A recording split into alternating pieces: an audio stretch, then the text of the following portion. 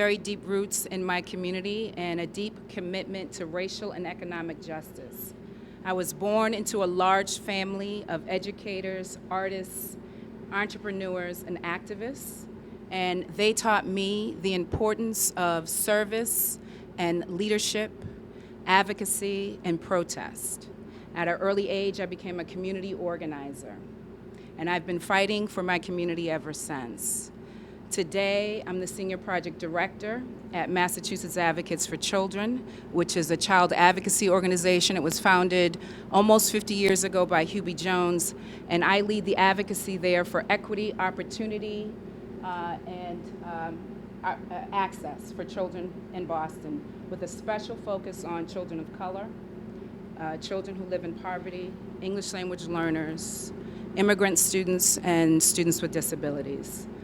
In my work at MAC, I have worked with a lot of folks in the community, community-based organizations, parents, students, to help them develop their voice around an advocacy agenda that will help us eliminate opportunity and achievement gaps for Boston's children. That's what I do in my day job.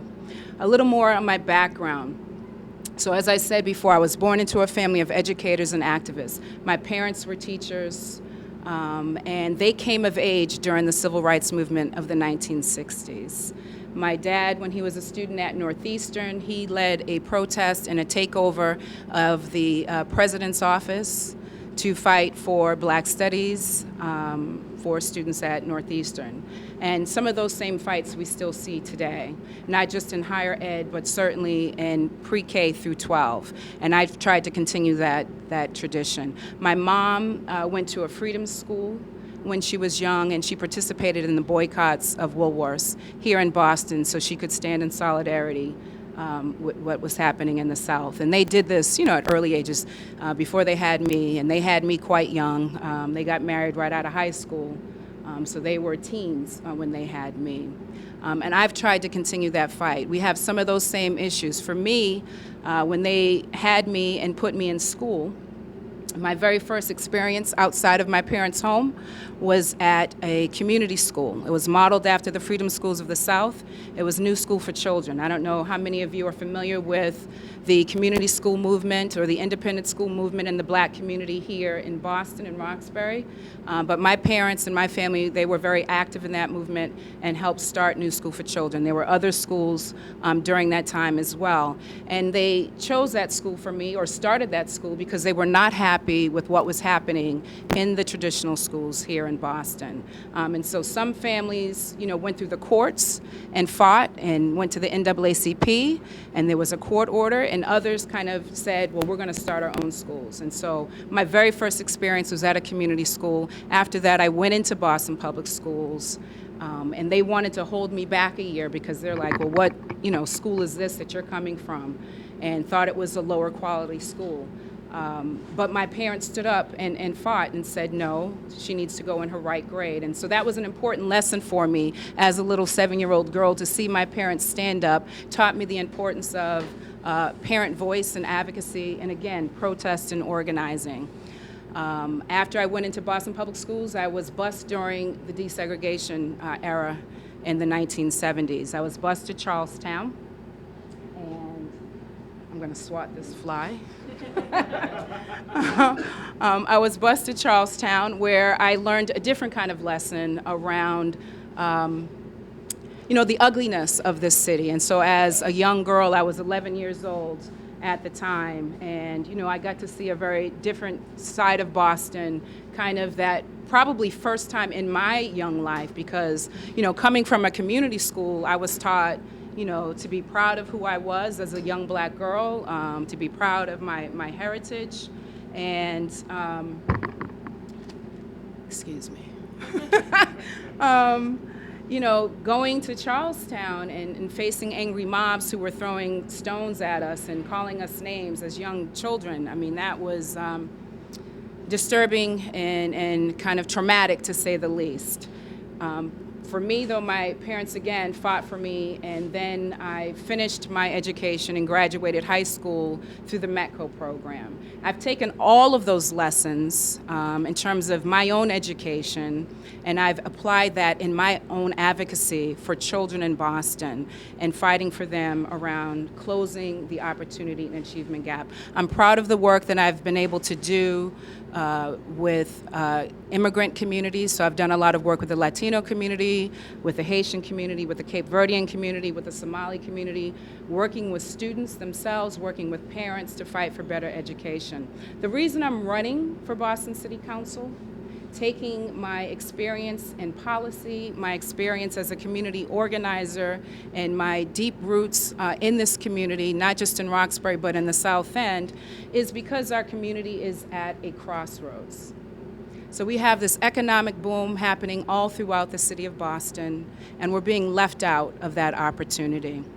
And we are being pushed out of our community. And so, what we have is growing income inequality.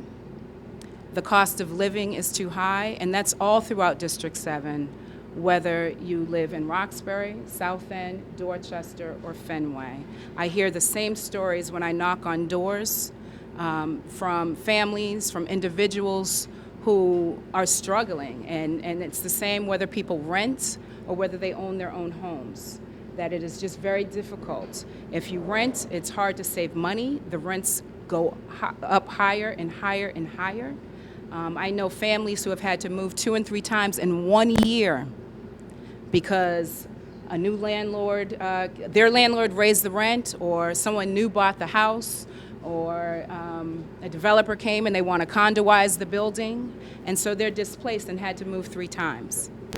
I hear from homeowners, a woman on my street, in fact, who's 70 years old, an elderly woman who is still working, not able to retire, because she's got a home that she's trying to care for and she can't get assistance. And so there are lots of things that we have to fix in our community. And what I want to offer are some creative solutions around our housing crisis. We are definitely in a crisis in this city. We're becoming a city of very rich, of very poor, and people in the middle are being squeezed out.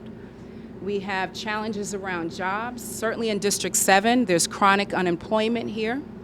And underemployment, where people are not earning enough, and so fighting to make sure that people are making a livable wage so that they can afford to stay in their homes. We obviously need great quality schools so that people are prepared for jobs and their career later in life, and so that they can take care of their families. And we all want strong, safe, healthy neighborhoods. And part of how we will end the cycle of violence is by dealing with the cycle of trauma in our communities. And so I want to bring those as issues for us to fight for. That's what I'm fighting for. I think we also have to be mindful of the seniors in our community. So we don't want just great schools for our children, but we want to make sure that we're taking care of everyone in the entire spectrum. That we've got seniors. I was at the Harriet Tubman House a month ago, and they cut the programs for the seniors. And there was a protest meeting that I attended and spoke at. And, those seniors now have no place to go. And we need to make sure we're not just taking care of our young folks, but everyone in between, including our seniors. And so those are the things that I'm fighting for. As someone who is a community organizer who knows how to bring people together, to get things done around a shared goal and vision. Doesn't mean that we always agree on every issue, but it means where we can agree, let's come together and work on solutions. I think that's what people want. People get frustrated when they just come out to meeting after meeting after meeting and nothing gets done. And so being able to bring people together as a community organizer, someone who understands and knows the issues in the community, because I faced them myself as a young single mom who was a teen parent and who had to struggle, to get Section 8 and to eventually try to buy a house for my daughter so she would be in a better position growing up. And, it's tough. We've got some really challenges in our community, but we also have opportunities. And so as an organizer, I want to focus on how we come together as a community to move forward. We definitely are at a crossroads, and there are serious challenges, but we also have opportunity, particularly when we come together. Boston is a great world-class city, but too many of us are being left out of the opportunity and being pushed out of our community. That is particularly true of folks who are in the middle, who don't qualify for a housing subsidy or don't make enough for market rate rents. It's becoming more and more difficult to stay in our city, especially in District 7. So I think we feel that burden pretty heavy.